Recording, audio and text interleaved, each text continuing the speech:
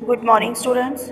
आज हम पढ़ेंगे काव्य खंड का लास्ट चैप्टर जो है खुशबू रचते हैं हाथ। वैसे स्टूडेंट्स आप लोगों के इसके 2 पार्ट्स हैं, नए इलाके में और दूसरा पार्ट है खुशबू रचते हैं हाथ। सीबीएसई के द्वारा नए इलाके में जो है वो डिडक्ट हो गई है, इसे आप कट कर देंगे, ये हमने नहीं करनी है। जो ये लास्ट है कविता हमारी खुशबू रचते हैं हाथ, इसे हम आज करने वाले हैं।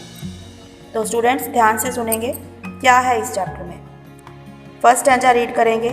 कई गलियों के बीच कई नालों के पार, कूड़े करकट के ढेरों के बाद, बदबू से फटते जाते इस टोले के अंदर, खुशबू रचते हैं हाथ, खुशबू रचते हैं हाथ। आपको पता है इस कविता के जो कवि हैं वो हैं अरुण कमल जी। कौन है?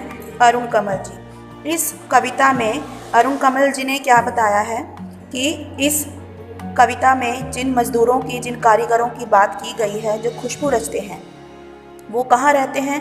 वो गंदे नालों के पास रहते हैं, गंदी नालियों में के पास रहते हैं और गंदी बस्तियों में रहते हैं। यानी कि जो हमारे लिए जो खुशबू वाली चीज़ें बनाते हैं, जैसे इत्र हो गया, तेल हो गया, धूप, अगरबत्ती वगैरह, ये सब जो हैं वो कौन रचते हैं? वो यही कारीगर रचते हैं जो गंदी बस्तियों में रहते हैं। इस जो फर्स्ट स्टैंजा है इसमें कवि क्या समझाना चाहता है? कवि मजदूरों की बस्ती का चित्रण करता हुआ कहता है कि यह बस्ती कई गंदे नालों को पार करने के बाद तथा कई कूड़े करकटों के ढेरों के पार करने के बाद आती है।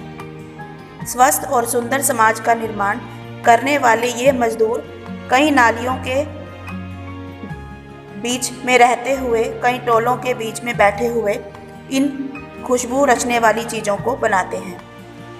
ये जहाँ रहते हैं वहाँ बदबू के मारे दम घुटने लगता है। यानी कि अगर एक आम इंसान इस जगह पर जाए तो उसका जो है वो दम घुटने लगता है। ये है फर्स्ट स्टैंजे की व्याख्या।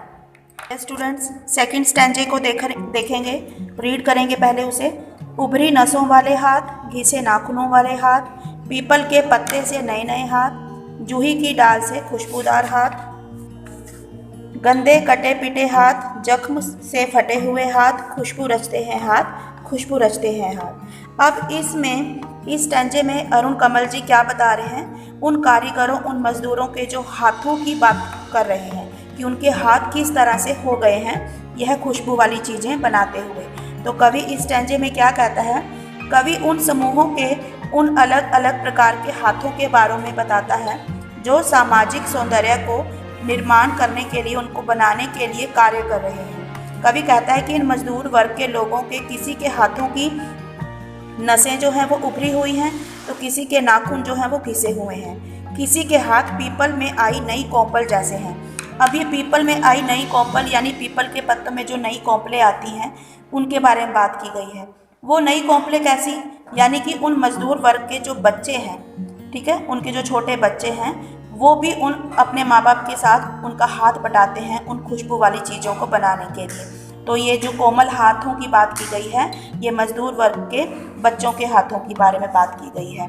पीपल में आई नई कोपल जैसे हैं, तो किसी के हाथ जूही की डाली से खुशबूदार हो गए हैं, किसी के हाथ बुरी तरह से कटे पीटे हैं, तो किसी के हाथों में काम कर करके जख्म हो गए हैं।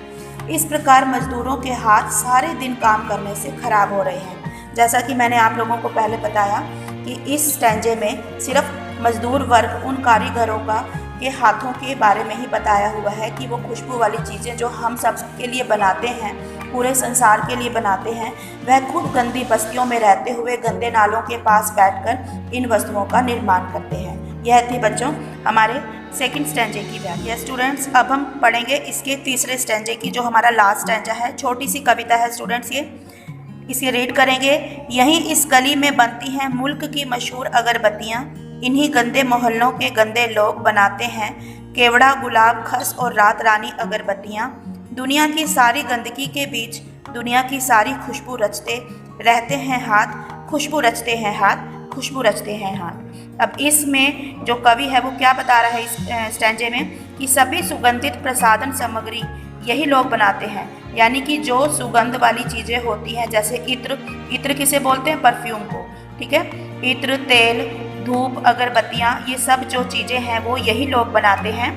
लेखक कहता है कि देश की मशहूर अगरबत्तियाँ, यानी देश में जितनी भी अगरबत्तियाँ हैं जो मशहूर हैं वो इसी गंदी गली में बनती हैं। वह बताता है कि केवड़े, गुलाब, पोस्त और रात रानी की अगरबत्तियाँ जो भगवान पर चढ़ाई जाती हैं वे भी इस गंदे मोहल्ले में रहने वाले यही गंदे लोग ही बनाते हैं।